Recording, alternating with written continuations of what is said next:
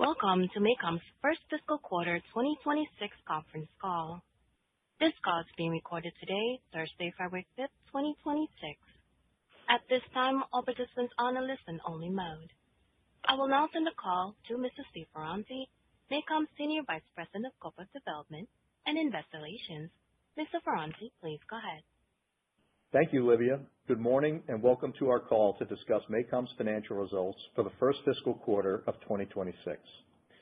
I would like to remind everyone that our discussion today will contain forward-looking statements, which are subject to certain risks and uncertainties as defined in the Safe Harbor for Forward-Looking Statements contained in the Private Securities Litigation Reform Act of 1995. Actual results may differ materially from those discussed today. For a more detailed discussion of the risks and uncertainties that could result in those differences, we refer you to MACOM's filings with the SEC. Management statements during this call will also include a discussion of certain adjusted non-GAAP financial information. A reconciliation of GAAP to adjusted non-GAAP results are provided in the company's press release and related Form 8-K, which was filed with the SEC today. With that, I'll turn over the call to Steve Daly, President and CEO of MACOM. Thank you and good morning. I will begin today's call with a general company update. After that, Jack Kober, our Chief Financial Officer, will review our Q1 results for Fiscal Year 2026. When Jack is finished, I will provide revenue and earnings guidance for the second quarter of FY26, and then we will be happy to take some questions. Revenue for the first quarter of fiscal 2026 was $271.6 million, and adjusted EPS was $1.02 per diluted share. Demand for our products is strong across our three end markets, and our backlog continues to build. Our financial performance improved across most key metrics in Q1. At quarter end, we held approximately $768 million in cash and short-term investments on our balance sheet. Our Q1 book-to-bill ratio was 1.3 to 1, and orders booked and shipped within the quarter was 23% of total revenue. Our Q1 turns business was higher than recent quarters due to strong early quarter bookings. Our current backlog remains at record level. Turning to other recent trends, Q1 revenue performance by end market was as expected, and all end markets grew sequentially. Industrial and defense was $117.7 million, data center was $85.8 million, and telecom was $68.1 million. Data center was up approximately 8% sequentially, telecom was up 3% sequentially, and I&D was up 2% sequentially. Both I&D and data center revenues were at record levels. As we review our full fiscal year forecasts, we are gaining confidence that our data center revenue could achieve 35 to 40% year-over-year growth. Hyperscalers' capital investments are robust, which is driving demand for our 800 and 1.6T optical and high-speed analog products. To capitalize on this opportunity, we have been expanding and we will continue to expand our data center product portfolio. As a reminder, our portfolio currently supports NRZ, PAM4, and coherent modulations, and we provide products that support VCSEL, EML, and silicon photonic-based optical transmission technologies, as well as electrical connectivity solutions over copper. Revenue growth inside the data center is robust, primarily in pluggable optical modules and optical cables with our 800G and 1.6T PAM4 products. We support our customers' DSP, LPO, and LRO module architectures. We also support customer requirements for coherent DCI hardware, including ZR and ZR Lite. MACOM's coherent light solutions, designed for shorter reach coherent applications, enable higher bandwidth performance with significantly improved power efficiency compared to traditional coherent systems. Interest in LPO continues to spread, and we are further supporting customers as they leverage the benefits of a low power and low latency 400G and 800G optical interconnect solution. In addition, we see interest in enabling a similar value proposition at 1.6T using LRO or LPO implementations. In this case, a 200 gig per lane solution would be used. We're also supporting LPO use in PCIe and NPO implementations as the industry strives to optimize interconnects for both scale up and scale out. And notably, we are starting to see interest in LPO from telecom front haul applications. Demand for our 200 gig per lane photodetectors continues to grow, supporting 800G and 1.6T connectivity. As I highlighted on our last earnings call, we are adding manufacturing capacity to keep up with our customers' forecasted demand. We have indications that demand will remain strong in calendar 2027, into calendar 2027. Further, MACOM is positioning itself to support next-generation optical receiver platforms at speeds beyond 200 gig per lane. Part of our near-term and long-term growth strategy is to expand our photonics portfolio with higher speed photodetectors and new CW lasers. We are also seeing renewed interest in our linear equalizer products that help extend the reach of copper interconnects in 800G and 1.6T. Linear equalizers enable longer reach active copper cables, or ACCs, and can enhance signal integrity when used in backplane applications. We are working closely with multiple customers to address their program-specific requirements and various use cases.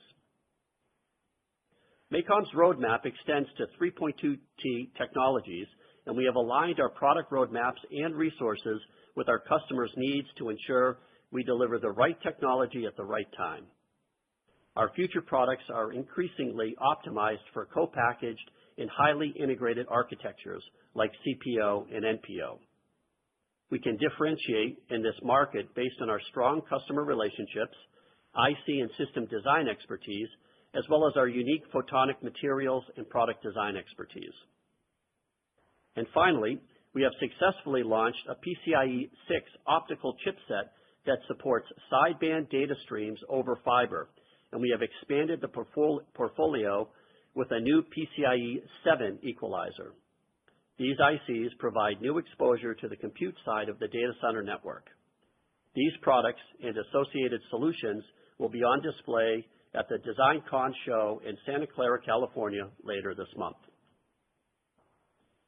Similar to the data center, we see many growth opportunities across the industrial and defense markets, but primarily in the defense segment. Advanced radars, electronic warfare, and new communication systems are using higher frequencies, higher RF or microwave power levels, and higher levels of integration. These requirements play to our strengths, and we offer our customers turnkey support from custom chip design to subsystem solutions. We are a supplier of choice among many of the large U.S. defense OEMs, and we continue to work to expand MACOM's presence and brand in Europe. The pace of innovation in the defense market is accelerating by both the traditional defense primes and the newer, more nimble defense companies.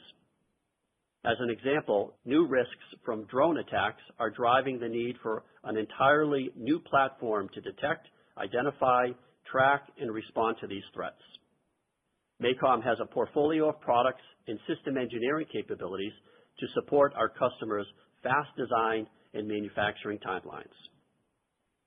Our defense customer base is large and very broad, and we typically support radar systems, missile and missile defense systems, drone and drone defense systems, and wideband electronic warfare systems. I'll illustrate 4 examples where our products have a competitive advantage in the defense market. MACOM has developed a family of industry-leading, high-efficient wideband gain mimic amplifiers that significantly reduce the transmitter's heat dissipation. This is critical for small form factor applications. Our GaN technology supports directed RF energy solutions. Our 7 kilowatt devices lead the industry. Our RF over fiber products enable distribution of RF and microwave signals over long distances using linear photonics. Our products are typically used in phased array radars, remote antennas, and towed decoy applications. And when it comes to receiver protection diodes, whether in a radio or a radar, MACOM is the golden standard in the industry for performance and quality. We like to combine our proprietary core technologies with microwave systems engineering capabilities. This enables us to engage much earlier in our customers' project design cycles and presents the full scope of MACOM's capabilities to help solve the customer's technical challenges. Within the telecom end market, satellite-based broadband access and direct-to-cell opportunities remain robust with numerous LEO networks in the planning stages. The number of LEO satellites planned to be launched continues to grow as more companies compete to provide commercial broadband data, voice, and video communications by satellite. These networks typically use microwave or millimeter wave frequencies and free space optics, or FSO, communications for satellite-to-satellite or satellite-to-ground communications. LEO and MEO constellations have many key areas where MACOM can contribute, including large phased array antennas with active beam steering, direct-to-device links operating at UHF or S-band, backhaul links operating at Ka, Q, V, and E-band, data center-like electronics with high-speed optical links transferring data within or across the satellite, free space optics for satellite-to-satellite communications, and ground terminal and gateway linearization for high-power transmitters.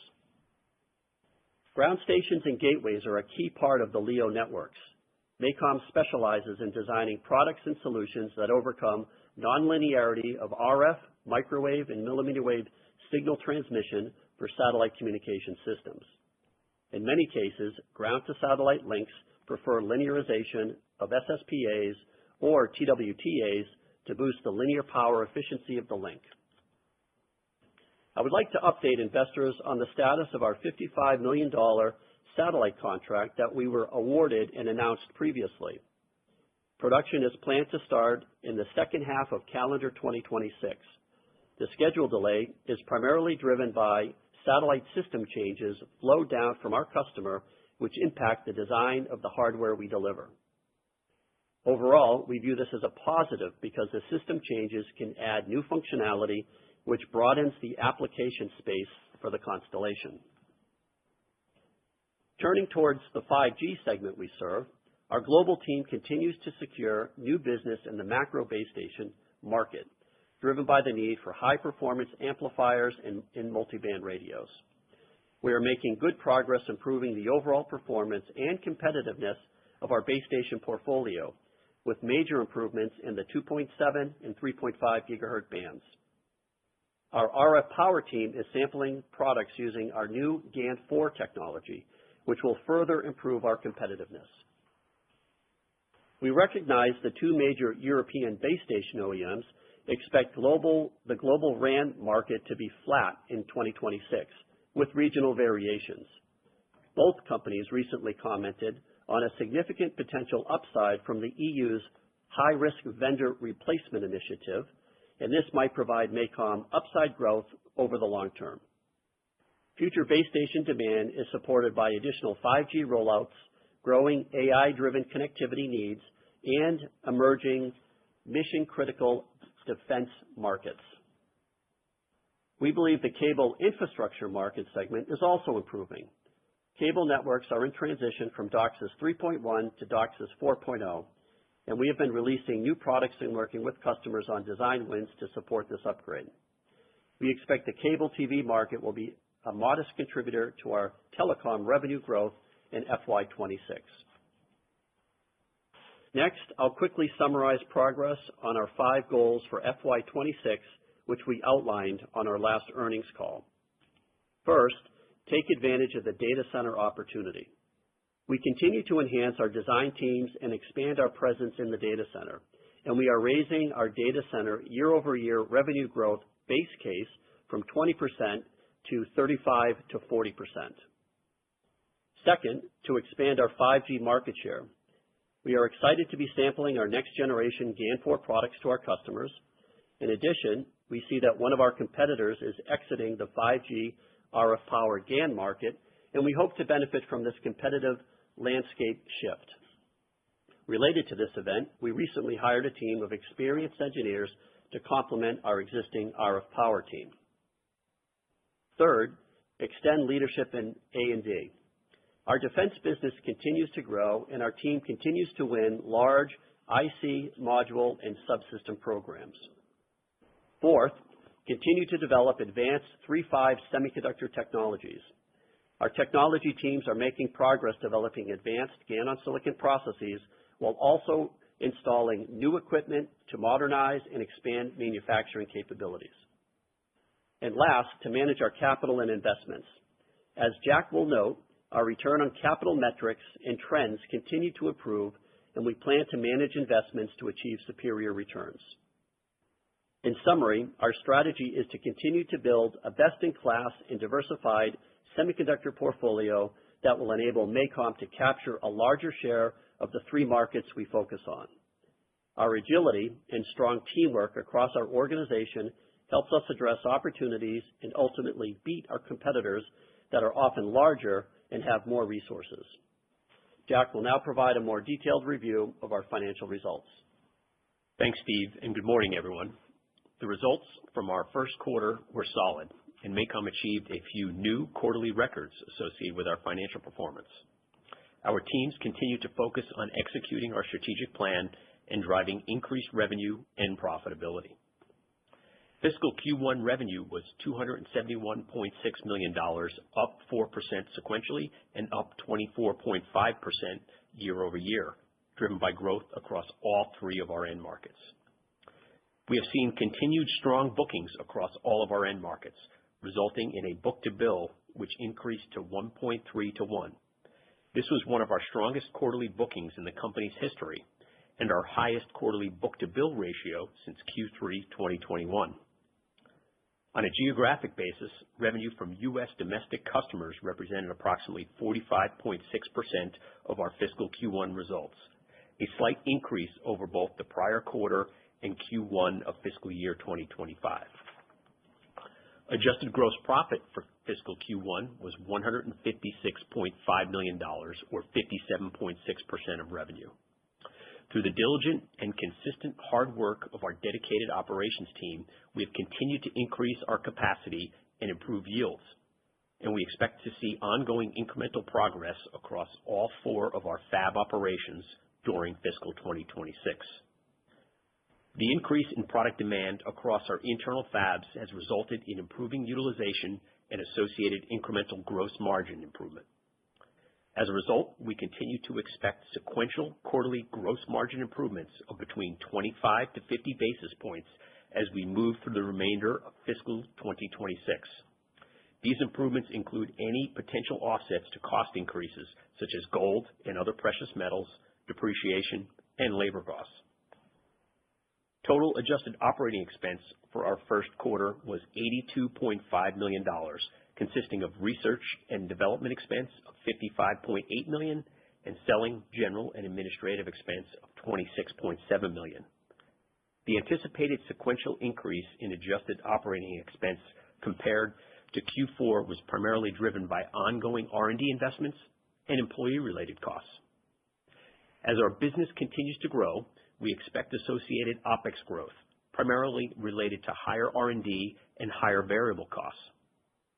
Consistent with our practice, we will remain very focused on managing our OpEx to balance long-term revenue growth and profitability with continued investment in the business.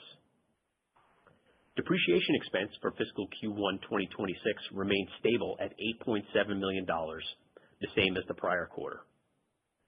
Adjusted operating income in fiscal Q1 was another record, coming in at $74 million, up 10.4% sequentially from $67 million in fiscal Q4 2025 and up 33.5% year over year. For fiscal Q1, we had adjusted net interest income of $6.7 million, a slight decrease of less than $100,000 sequentially from $6.6 million in Q4. Our adjusted income tax rate in fiscal Q1 was 3% and resulted in an expense of approximately $2.4 million. As of January 2nd, 2026, our deferred tax asset balances remained at $208 million. We anticipate further utilizing our deferred tax asset balances, including R&D tax credits, through fiscal 2026 and beyond, helping to keep our cash tax payments relatively low over these periods. We expect our adjusted income tax rate to remain at 3% as we continue through fiscal 2026.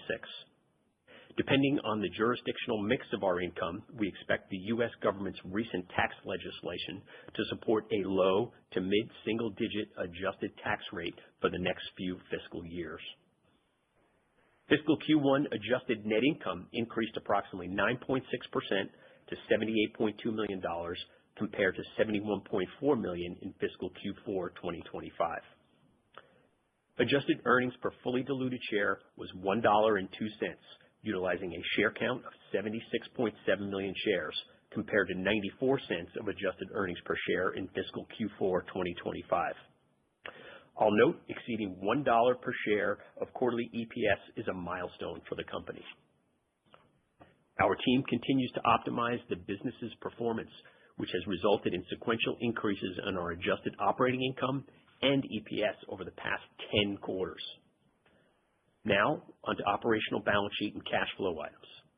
Our Q1 accounts receivable balance was $160 million, up from $148.6 million in fiscal Q4 2025. The increase in our accounts receivable balance was driven by sequential quarterly revenue growth, as well as timing of customer shipments and payments. Our day sales outstanding averaged 54 days compared to the previous quarter at 52 days. Inventories were $238.9 million at quarter end, up sequentially from $237.8 million, largely driven by additional work-in-process inventory at the RTP and Lowell fabs, as well as higher balances to support anticipated future demand across the business. Inventory turns remained steady at 1.9 times the same level as the preceding quarter. Fiscal Q1 cash flow from operations was approximately $42.9 million, down $26.7 million sequentially. The sequential decrease was primarily due to the typical timing of supplier and employee-related payments, as well as other changes in working capital balances during the quarter. We expect that our Q2 cash flow from operations will be in excess of $60 million. Capital expenditures totaled $12.9 million for fiscal Q1. We continue to estimate fiscal year 2026 CapEx to be in the range of $50 to $55 million as we upgrade and enhance our production and engineering equipment, facilities, and expand capacity where needed. Moving on to other balance sheet items. Cash equivalents, and short-term investments for the first fiscal quarter were $768 million. We are in a net cash position of more than $268 million as of January 2nd, 2026, when comparing our cash and short-term investments to the book value of our convertible notes. In mid-March, we anticipate retiring our 2021 convertible notes by paying out $161 million of principal value in cash and settling any conversion premium with shares of our common stock. Shares associated with this settlement have been included in our fully diluted share count as well as our guidance for Q2. Our remaining debt balance is approximately $340 million of convertible notes which mature in December 2029. I would like to highlight that over the past several years, we have been focused on growing our profitability and carefully managing our operating asset base, resulting in an improving return on invested capital. We feel this ROIC improvement demonstrates the effectiveness of our business strategy and furthers our goal of building long-term financial strength for the company. Thanks to the entire MACOM team for their contributions to help make this another quarter, which included the achievement of additional record results. Now back over to Steve. Thank you, Jack. MACOM expects revenue in fiscal Q2 ending April 3rd, 2026 to be in the range of $281 to $289 million. Adjusted gross margin is expected to be in the range of 57 to 59%, and adjusted earnings per share is expected to be between $1.05 and $1.09, based on 77.7 million fully diluted shares. We expect sequential revenue growth in each of our three end markets. we expect that data center will achieve low to mid-teens sequential growth, and we expect telecom and industrial and defense will achieve low single-digit sequential growth. As Jack highlighted, we expect to make incremental progress improving our profitability and financial performance in Q2. And last, I would like to welcome Brian Ingram, who joined our board of directors on January 12th. Brian's industry experience and strategic acumen managing large, multi-billion-dollar businesses will be an asset to our management team and the board. I would now like to ask the operator to take any questions. Thank you. Ladies and gentlemen, to ask a question at this time, you will need to press star 11 on your telephone and wait for your name to be announced. To withdraw your question, simply press star 11 again. As a reminder, in the consideration of time, please limit yourself to one question and one follow-up. Please stand by for our first question. Now, first question coming from the line of Quinn Bolton with Needham & Company. Your line is now open. Hey guys, congratulations on the nice results. Steve, I wanted to ask, obviously a nice uptick in your annual outlook for the data center business from 20% to 35 to 40% this year. Wondering if you could just spend a minute talking what gives you the confidence to raise that outlook. Is it just sort of the rising tide? Do you now have better visibility as orders have filled in? Is it driven by share gains? What's driving the improved outlook in data center? Thanks, Quinn, for the question. And to some degree, it's a little bit of all of the above for your question. But the key underlying driver is 1.6T. That's where we see the most activity, the most design wins transitioning into production runs. So I would just highlight 1.6T as really the long-term, or near, I would say the long-term trend that will be very favorable to MACOM. And you're correct that as we look at our data center business today, we have a very healthy backlog. We think our second half will be stronger than our first half in terms of the overall, absolute dollars of revenue shipped. So we are in a very good position. We have programs that are ramping that gives us confidence to, as a base case, hit 35 to 40%. There's also upside to that number, which is a bit unquantifiable right now, and we'll update everybody certainly on our next call as to more specific guidance for Q3 and Q4. Excellent. And Steve, you'd mentioned, there's been a lot of talk about CPO in the past couple of weeks and months, I guess. You mentioned NPO, maybe even CPO in your prepared script, but maybe just spend a minute talking about how MACOM could benefit to the extent we start to see a shift more towards either near packaged or co-packaged optics. Yes, and the product set that we would sell into a CPO or NPO platform is very similar to what we sell into pluggable modules. So it's the same drivers, TIAs, photodetectors, and possibly lasers. I will highlight that a lot of these platforms are moving quickly to silicon photonic-based solutions, which is putting a heavy demand on the optic, certainly the CW laser and the photodetector optical chips. And so we have a very competitive photodetector today. It's ramping in production, primarily for pluggables. And we're making very quick progress on our CW lasers. We now have 2 customers that have confirmed that our CW lasers are meeting their requirements electrically. And so now we are going through a qualification phase, which will last some number of months, and also looking at the production readiness of our fab. These are 75 milliwatt lasers. These are not what I would consider the higher power 400 milliwatt class lasers. Those are not the type of lasers that we make today. But we do think that the CPO and the NPO sort of transition is a benefit to MACOM. I'll also add that from an overall architecture, you see many, many channels in a smaller form factor. So a lot of the traditional chips that we sold into pluggables are becoming more complex for NPO and CPO. There's far more channels per chip. And this is a change that we have a lot of strength in terms of a design capability. And then the last thing I'll add is some of these systems are actually moving towards coherent modulation and coherent light specifically.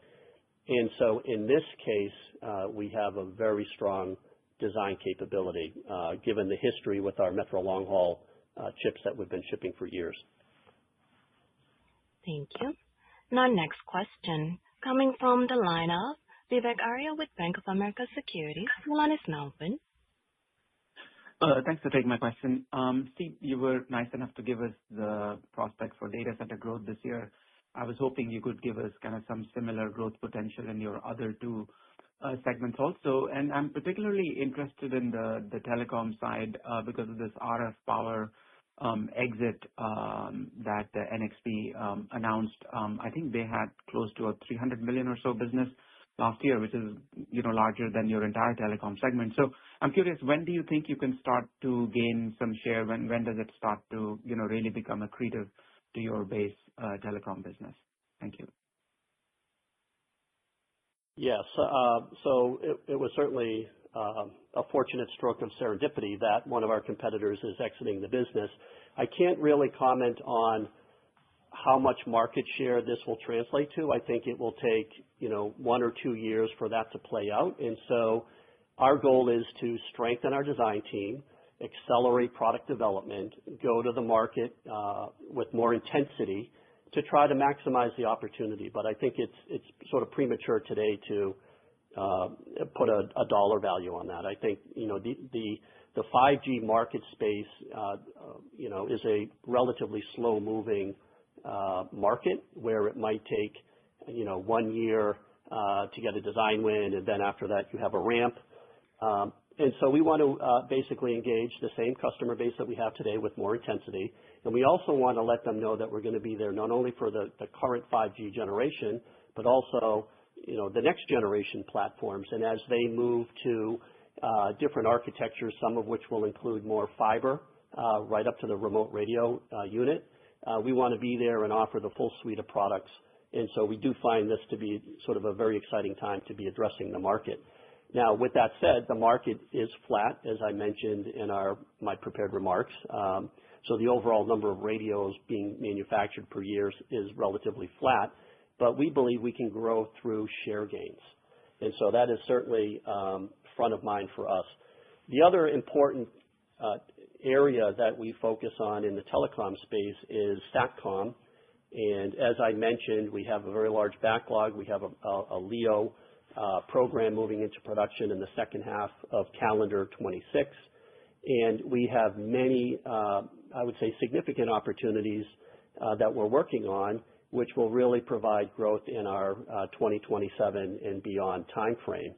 And what we basically see is an incredible amount of investment going into LEO constellations for direct-to-device applications.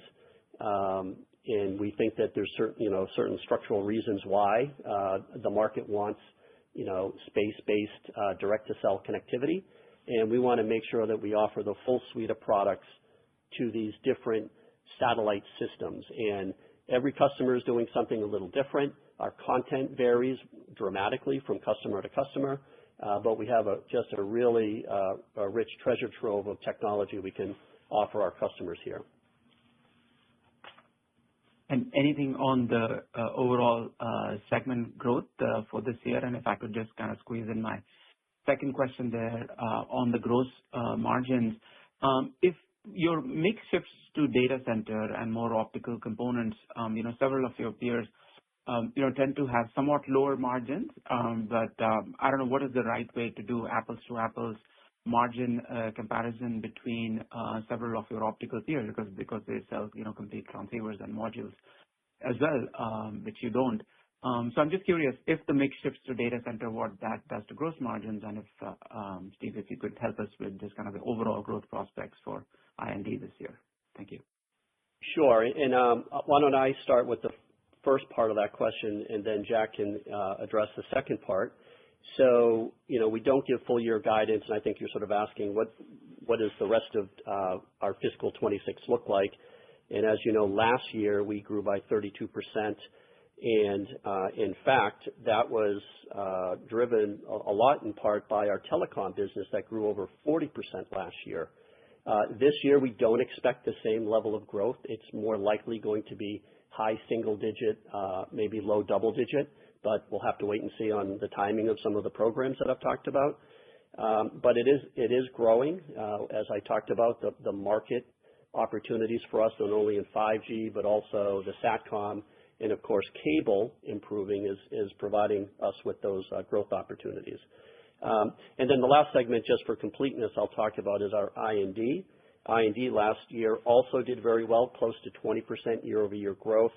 And as we look out into the second half of the year and look at the tea leaves, again, we probably are unlikely to hit 20% growth. It's probably somewhere between 15 and 20% if we sort of look at our backlog and all the different moving parts. So collectively, MACOM should grow, and we have internal targets that put us, somewhere in the 20% range, plus or minus. But of course, all of this is dependent on booking orders, ramping successfully, executing on various programs. But there are fundamental growth opportunities that are intact. The movement to higher data rates inside the data center, the movement to more optics in the data center. This is a tailwind for us. And our I&D, more and more GaN on silicon carbide, and we're providing more modules and subsystems to our customers. And then in the telecom space, as I talked about, we see opportunities with LEO and 5G. So these are really the primary pieces that we get excited about. And then on the profitability side, and as Jack mentioned, we do expect incremental improvements during the course of the year, and I'll let him comment further. Yeah, and back to the root of your question, Vivek, with regard to our profitability profile versus some of our other peers, we're going to be different in terms of how those peers may look, whether it's within the data center end market or within I&D and telecom. So the mix of fabs that we have versus things that are maybe fabbed externally may create a different answer. As Steve had mentioned, that 25 to 50 basis points of sequential quarterly increases on the gross margin side is comprised of a number of different items that we've got, which we think are working in our favor, including some volume increases as well as some new product introductions across the business that is supporting that expected gross margin improvement as we work our way through the remainder of the year. Thank you. Our next question coming from the line of Tom O'Malley with Barclays. Your line is now open. Good morning. Thanks for taking my question. I just wanted to dive a little bit more on the gross margin line. You pulled in the RTP fab in-house. You talked previously about bringing more products into that fab that MACOM used to run externally. Can you maybe give us an update on how that's going so far? And then you've guided that 25 to 50 basis points of incremental improvement. Over time, do you think that RTP could contribute a little bit more to the upside on that gross margin profile? Any update there would be helpful. Thanks for the question, Tom.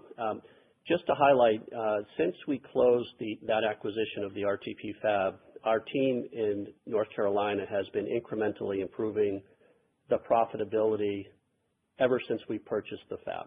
So almost every quarter we've seen positive movement in terms of cost of manufacturing, improving yields, lowering the scrap, improving overall efficiencies throughout the building and removing costs. And so the team has done a phenomenal job there. The improvements that we're seeing this year and going into next year for gross margins will, I think, primarily revolve around improving the utilization of our Massachusetts-based fab and to some degree our French-based fab. We do see increased demand, and that is improving the overall gross margin and operating margin models. And that's being driven by the market. I will say that there's significant more work to do at our North Carolina fab. One of the primary goals there is to increase output. We have a very aggressive plan to increase output by 30%. We have bought some amount of equipment to support that, but a big part of that added capacity will be reducing the cycle times.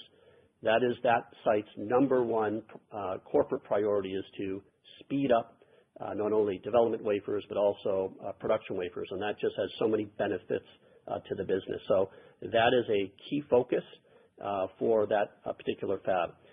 As it relates to insourcing some of the components that we currently outsource, those benefits have not hit the P&L. Those items will really come on most likely into 2027 and beyond, because you're talking about taking IPDs or capacitors from a third-party vendor and replacing it in new products with MACOM content. And so that has to go through a design cycle, and those benefits will come on incrementally over time. You're not seeing that shine through today. The last thing I'll highlight is our French fab is doing a phenomenal job with the transition of their technology from a 3-inch wafer to a 6-inch wafer. And we are just about ready to wrap up that work and release to production all of the different processes. We sort of have a goal of by June of 2026, everything will be fully qualified and released to production. And so as we go into 27, that will also provide a benefit, not only from a quality point of view and efficiency point of view, but just we're also seeing improved performance of some of our chips in the processes as we migrate to newer equipment. In our Lowell fab, I'll just add one other item.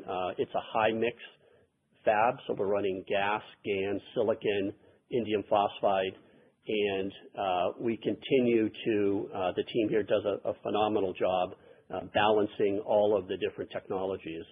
So you're starting to see that come through now, Tom, is the conclusion. And Jack, I know that was a long-winded answer. Do you want to add to that? I think the short answer, Tom, is it's not any one specific item that we have that's helping to drive the improvement that we see in front of us. It's a combination of a lot of things happening across the entire organization, where we're looking to take out costs where it makes sense, try and be more efficient, work with our suppliers. So there's a lot of contributing factors to this as we go forward from a gross margin standpoint.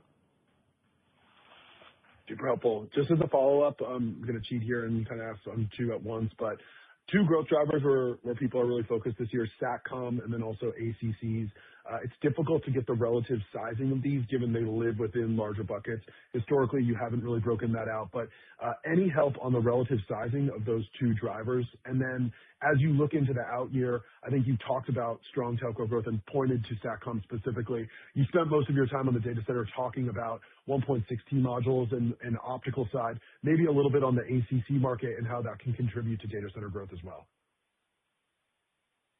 Sure, and certainly I tried to address the ACC question in my prepared remarks. I'll just add to that as we look at our revenue for Q1, there was no ACC revenue in there. In terms of the SATCOM market, it is a growth market, not only on the commercial side, I'll add, but also on the military side and the DoD side.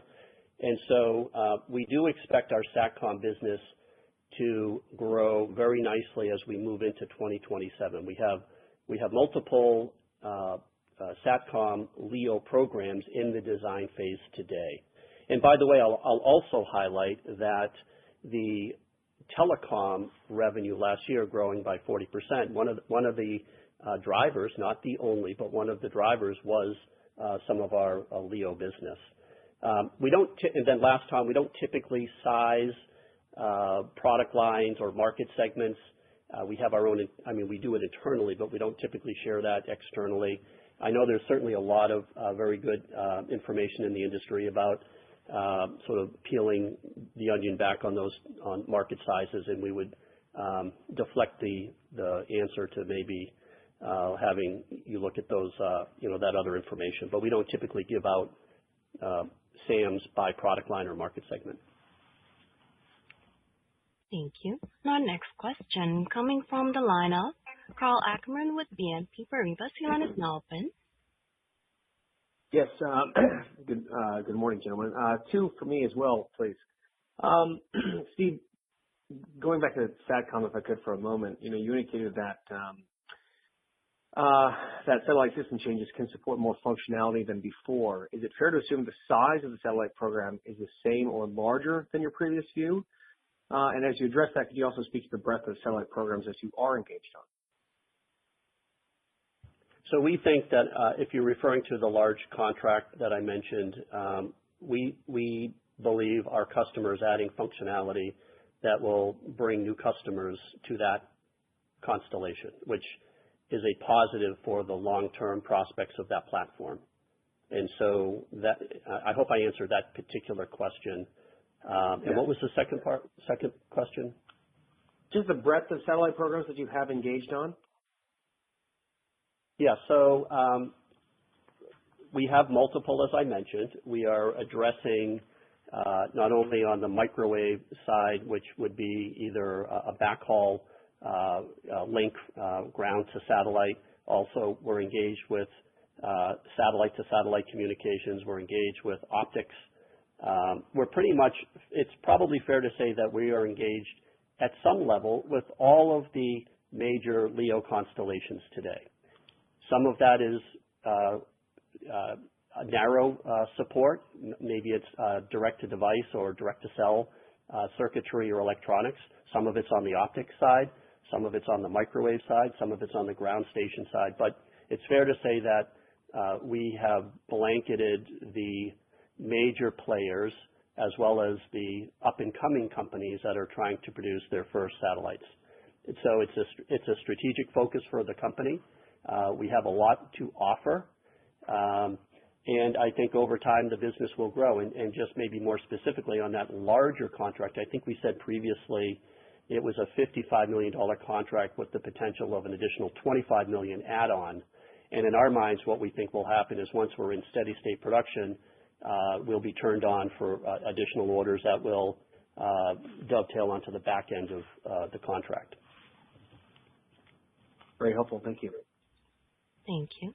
And our next question coming from the line of David Williams with the Benchmark Company. Your line is now open. Hey, good morning, and let me add my congratulations to the really solid progress and demand here. I guess maybe first, gentlemen, thinking about your demand across the data center, is there a way to kind of think about that from a regional perspective, and are there transitions or maybe the pace of transition that's happening in terms of the speeds between the different regions you service? There is certainly a geographic spread, but I would highlight maybe more, one area that we focus on in the way we look at the data is also by data rate. And so a significant portion of our data center revenue is 400 gig and above, with the fastest growing portion of the market being the 1.6T applications. Now, we do, as you know, still service a lot of the other traditional older style data centers. For example, we still sell today 25 gig per lane NRZ chips with CDRs. That business is hanging in there and doing reasonably well.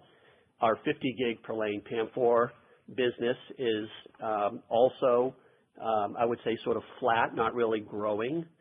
Our traditional 100 gig per lane PAM4 business is solid, both in multi-mode and single-mode fiber. And then, of course, the real actions at 200 gig per lane PAM4 and also some of the next generation coherent systems is an area of intense focus for us. I would also just add that it's fair to say that we are supporting all of the hyperscalers here in the U.S. As well as international hyperscalers. So we typically find our products being sold into people building modules, AOCs, or cables, and they are disseminated across the various hyperscalers. Great. Thanks for the color there. And then maybe just secondly, in terms of shortages and pricing environment, can you talk maybe about just what you're seeing in terms of your supply on the INP side and anything that's impacting you there, and is pricing, how's the pricing environment as we kind of think about going through the rest of the year? Thank you. Yeah, I think on the pricing side, I think our competitors in MACOM are being rational. So I don't think there's any news there. It's certainly all of our markets are very competitive. The customers are price sensitive. We try to balance, our pricing with the value we're offering. But I would say we're in an environment where there is scarcity in some areas, and in that case, one would generally not be lowering their prices, but that's not always the case. And then on the supply side, we are absolutely in ramp mode in various programs, and there's always stress on the supply chain as well as on the execution side. And our global supply chain management team does an outstanding job making sure we have what we need when we need it. So it's certainly a key area of focus, especially as it relates to, as you mentioned, indium phosphide, but also other exotic materials. We're always keeping an eye on availability and potential constraints around those areas. Thank you. Our next question coming from the line of Harsh Kumar with Piper Sandler. Your line is now open. Yeah, hey guys. Congratulations on very good results and possibly even better guidance. Maybe Jack, one for you, housekeeping, and then I'll ask my real question. The 1.3 book-to-bill is very strong. I think you mentioned, Steve, that it's the strongest probably in the last 4 or 5 years. Is that primarily driven by data center, or are there other components that you're seeing within that? And then I wanted to for my main question, wanted to go back to the one that Vivek asked about gross margins on the data center business. Is it fair for me to assume that your margins on the data center business are below your corporate goal of 60%? Yeah.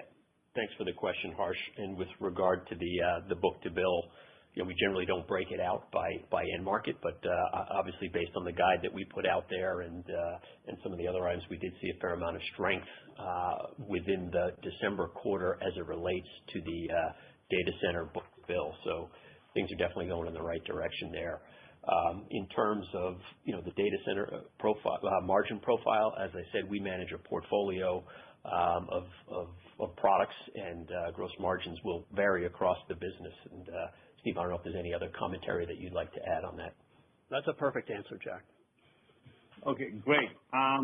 And maybe one thing that didn't get touched upon on the call is the LPO business. So I think you mentioned in one of the earlier quarters that you were expecting revenues, I think maybe last quarter already. If you can just update if you already have commercial revenues. And then also I wanted to ask about how you're thinking about the LPO business. You talked about it in your commentary. Seems like a lot of exciting things going on. What kind of market size do you think LPO can deserve for your company or TAM or however you want to scope it in the next 2 to 3 years? Thanks for the question. So we are very bullish on LPO. In fact, we now have 3 hyperscalers embracing LPO, and we are in various phases of production with those 3 hyperscalers. Just to remind everybody, these are typically, or in all cases, 100 gig per lane for generally 800 gig modules. And so we also see that LPO will evolve to NPO and CPO or XPO if you want to include everything. And so we're following that trail into different form factors. So we like we're finally getting success here.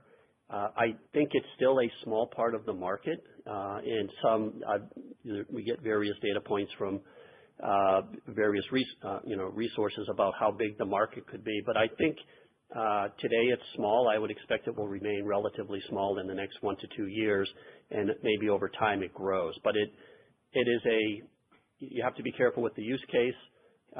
It is certainly compelling. The power savings that you're getting with LPO is compelling for the end users. But again, as I mentioned earlier, we're a little hesitant to size the market because we really have to wait and see. But we do have a full suite of products here, and the fact that we have 3 hyperscalers in production or at various stages is great. And I think the one thing maybe that I should highlight in my answer is we're also seeing our customers investigate LRO at 1.6T. using 200 gig per lane chips. And so that is exciting for us, and that is an area of focus currently. Thank you. Our next question coming from the line of Blayne Curtis with Jefferies. Your line is now open. Hey guys, thanks for taking my question and nice results. I just want to go back to the strength in the data center. Obviously 1.6 is ramping, the market is very strong. I'm just kind of curious for you in particular, whether there's a share aspect as well to the growth you're seeing in 1.6 T for the analog components, which I'm assuming is the bulk of that growth. I'm not sure it's so much share growth per se. I mean, as we look at our dashboards and where we have content and where we don't have content, we see competitors on all sides. And so, I wouldn't necessarily say that this is a share gain. I think it's the market's growing. We're winning designs. We always go up against the same competitors, and it's a combination of timing and support and having new products. I mean, one of the key growth drivers for MACOM, of course, is the 200 gig per lane portfolio, but also on the optics side. And we do see significant opportunities with our photodiodes. And as I mentioned, we have, I think, arguably one of the best 200 gig PDs in the market today, and we are working on higher speed PDs to support higher data rates. And then last, as I mentioned, we have two customers that are very excited about our CW lasers for their silicon photonics solutions, and this would certainly be picking up a market share because today we don't sell lasers into 1.6T applications. Perfect. And then maybe just some housekeeping with Jack. I just want to understand the impacts. I always hate modeling converts. So when you look at March, maybe just comment on, I think you said the shares to settle are already in the share count.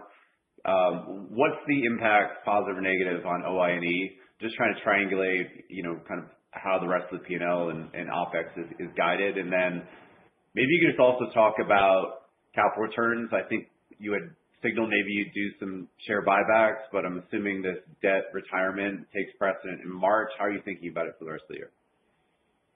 Yeah, thanks for the question, Blayne. Yeah, with regard to the share count, there's a number of factors that can contribute to share count as we go forward. Part of it is just our normal employee equity that's awarded, and we've kept pretty well control over that in terms of adding to our outstanding share count over the past number of years. And then the convert is another piece, and we've been adding some of the additional shares to the share count as we work our way through the year and leading up to the final settlement, which we expect to be in mid-March. And then with regard to your capital allocation question, I think our primary focus is getting through this debt repayment, which is $161 million in the mid-March time period. And I'll just add to that as it relates to share buybacks, that is not something that we're contemplating, and you should not expect that in the future. Thank you. Now, next question coming from the line of Tore Svanberg with Stifel. Your line is now open. Yes, thank you, and congrats on the record results. Steve, I wanted to go back to a comment you made on growth in telecom for this year. I mean, I know it wasn't guidance per se, but it just feels like, high single digit or low double digit for telecom growth this year. It seems quite conservative, especially given your position in SATCOM, 5G coming back, and so on and so forth. So, I mean, is that kind of just like a really base case number? Anything you can add, that would be great. Yeah, I think also keeping in perspective that last year we had about 40% growth, so we're coming off a pretty high base there. I highlighted that the RAN market is sort of relatively flat, with us having potential to pick up market share. We have a great position in the SATCOM market, and these are generally long design cycle, complex builds that take time, and a lot of the growth in SATCOM, I would say, is more of a late 26, early 27, which makes it difficult for us today to sort of settle in on let's say a best case number. So I think thinking below 10% is a good way to think about it today. That's fair. And then as my follow-up, I believe last year at OFC, you guys were sampling a 1.6T LPO solution. Now when you talk about LPO with 1.6, there's more references to LRO. So I'm just curious, based on, your conversations, are we going to see 1.6 LPO, or is the thinking now that, LRO is probably the better way to go, specifically for 1.6? Yeah, I would have to go back and check on that. I know we certainly were demonstrating 1.6T ACCs and AOCs, but I'd have to go back, Tori, and check on at the LPO version of that. Certainly, we were demonstrating 400 and 800 gig modules in the booth from our customers.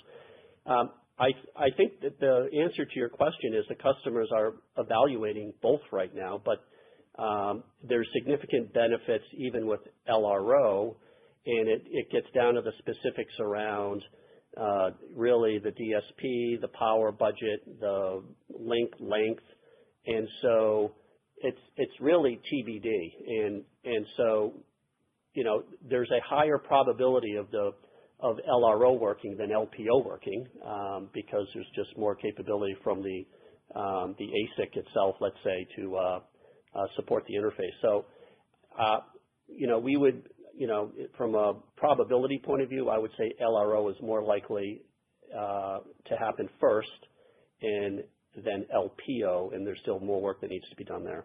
But we see that work happening at our customers. Thank you. Our next question coming from the line of Sean O'Loughlin with TD Cowen. Your line is now open. Hey, guys. Thanks for taking my question. Congrats on the nice set of results. Had a quick question about the CW laser customer commentary. Just wanted to clear up. Are those customers, if you're able to disclose, are we talking about module maker customers, or was that a reference to more hyperscale type customers? Yeah, I mean, I would say that we're engaging with more the former, so it's really the module customers that are our first line of entry. So we want to make sure that they are able to use our laser. They're getting good module level results. The next step is to collect a large body of reliability data, and when our customer is happy with that data set, then they go to the hyperscalers and run through a PCN process to get us on the approved vendor list, let's say. And so we're early in that phase, but it is a watershed moment because 6 months ago we were not in a position where we had a compliant laser. Today we do, and so that we're excited about that. Now we also recognize there's a process to get into production, and we're in the early stages of that. Great, thanks. Yeah, and it's great to hear on the progress there.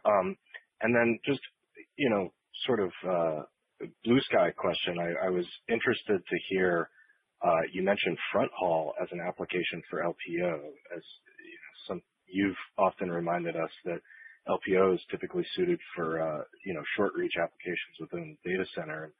Typically, I don't think of front haul as a short reach application. So I'd love to hear just any more details on that application potential for a linear pluggable option. Thanks, guys. Yes. Yeah, and I think your question speaks to the fact that our customers are critically looking at the network connections and where they use optics for their next generation systems and how do they reduce cost and complexity. And LPO brings that brings that benefit. So we have to. So yes, we are going through design and trials with various customers to see if it works in system. The benefit they see, quite frankly, is that it is a low latency solution. So there's, it's more of a real-time transmission, let's say, than a retime solution. So we'll have to wait and see. As AI starts to creep into the networks and as things move towards the edge, a lot of the optical interconnect becomes more relevant. And then the other sort of tangent I'll add is we are engaged also to help customers re-architect remote radios where you bring fiber right to the radio. And we want to be involved in that part of the network as well. Thank you. Our next question coming from the line of Christopher Rolland with Susquehanna. Your line is now open. Hi, guys. Thank you for the question. I guess my question here is around linear equalizers. I think on PCB, which you mentioned in your prepared remarks, if you could talk a little bit more about that, the growing interest there, do you think this could be a bigger product than ACCs, linear equalizers and ACCs? And what is that? What do the economics here look like for you versus the ACC approach? Thank you. Yeah, so adding the linear equalizers to various backplanes is of interest to lots of customers, not only so let's say in the traditional sort of AI construct, but also closer to the as you get into the compute, we see opportunities to eliminate retimers in various compute connections. That's number one. Number two, as things move to 400 gig per lane, having equalization on these boards is going to be very important. And so customers recognize there's trace losses and interface issues, and they're going to need something to compensate. And so the use case at a 400 gig lane speed is compelling. Today, though, with our 200 gig per lane, you looking to, augment passive DACs is, something we're looking at. But I don't think all of those things combined will be as big as the ACC opportunity, where it becomes architectural and there's lots of cables, and we just see that as sort of a bigger growth opportunity. So the volumes that some talk about on the ACC side are quite large compared to let's say the backplane applications. And then the last thing I'll add is we also have customers looking at AECs and asking themselves, can I convert this to an ACC? And we're trying to help them with those, answer that question as well. Very, very helpful. Thank you. And then I was wondering if maybe you could just provide kind of a big picture answer here. You have such a diverse product set. You also have new products coming onto your roadmap.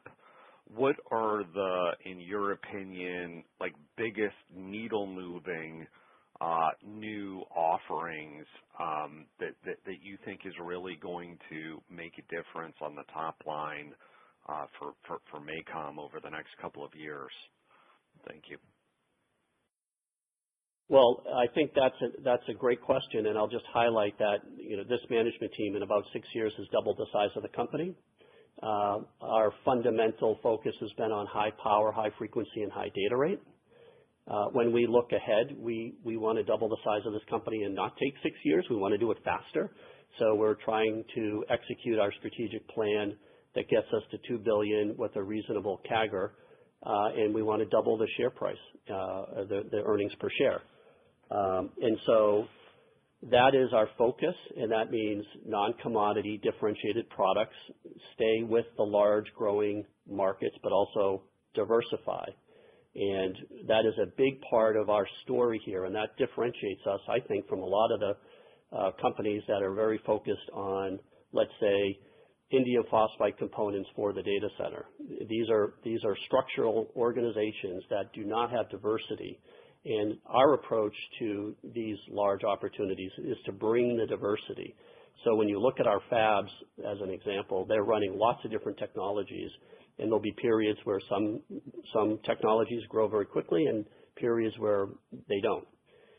So fundamental to our business model is diversification in product lines, geography, and markets. Excuse me. Thank you. Our next question will come from the line of Tim Savageaux with Northland Capital Markets. Your line is now open.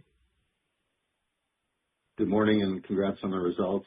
And good timing here, given you just mentioned indium phosphide. That's my question, actually, is you mentioned capacity addition. I'm really looking for kind of magnitude and timing for that capacity addition, say, from the beginning to the end of the fiscal year. What are you targeting there?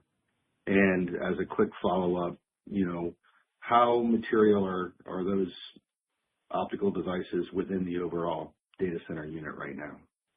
And where do you expect that to go? Thanks. Thank you. So we're not going to really disclose the amount of capacity we're adding for competitive reasons. I can tell you that our indium phosphide PD business is growing rapidly, and it's primarily focused on 200 gig per lane. But I don't really want to sort of talk about the number of wafer starts or where we started the fiscal year and where we'll end the year. I will say that it's a major focus to bring on capacity, and we've been doing that. And so the results of that will be reflected in the guide and our general comments. In terms of, and again, akin to that, the materiality of that business, we really don't disclose the revenue by product line or by technology. Again, I would just highlight that as I just mentioned, we do have a diversified business, and when we look at our data center revenue today, it consists of TIAs, drivers, combo chips that are basically TIAs and CDRs. We've now added photodiodes or photodetectors.